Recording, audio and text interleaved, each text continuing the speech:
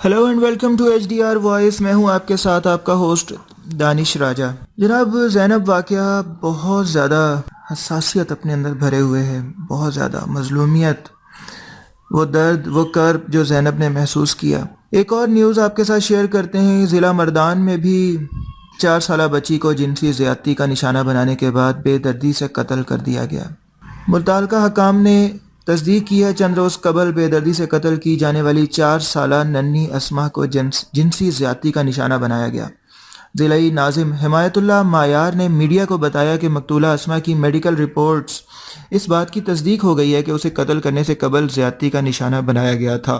मर्दान के ज़िलाई पुलिस सरबराह मियाँ सईद ने कहा कि इब्तदाई रिपोर्ट से मालूम हुआ है कि बच्ची के जिस्म के हसास अज़ा पर तशद्दुद किया गया। बच्ची के जिस्म से हासिल किए गए 2 नमूने पंजाब की फ्रांसिक लेबॉर्ट्री भिजवा दिए गए, जिससे हतमी तहकीकात में मदद मिलेगी। आईजी खैबर पख्तूनख्वा सलाहुद्दीन महसूद ने मीडिया से बात करते हुए बताया है कि मेडिकल रिपोर्ट के मुताबिक बच्ची की मौत गला दबाने से वाक़ई हुई। रिपोर्ट जिनसी तशद्दुद की तरफ ले जाती है।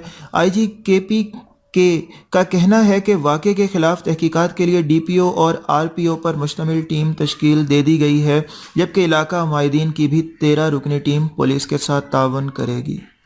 So sad and very bad. इस तरह के वाक़यात न जाने कब रुकेंगे। अल्लाह हमारे हालात पर रहम करे, क्या कह सकते हैं। जनाब, हमारे साथ रहिएगा, हमारे चैनल को ज़रूर सब्सक्राइब कर लीजिएगा। एच डी आर वॉइस के साथ दानिश राजा को इजाज़त दीजिए। अपना बहुत सारा ख्याल रखिएगा। Take care, bye bye.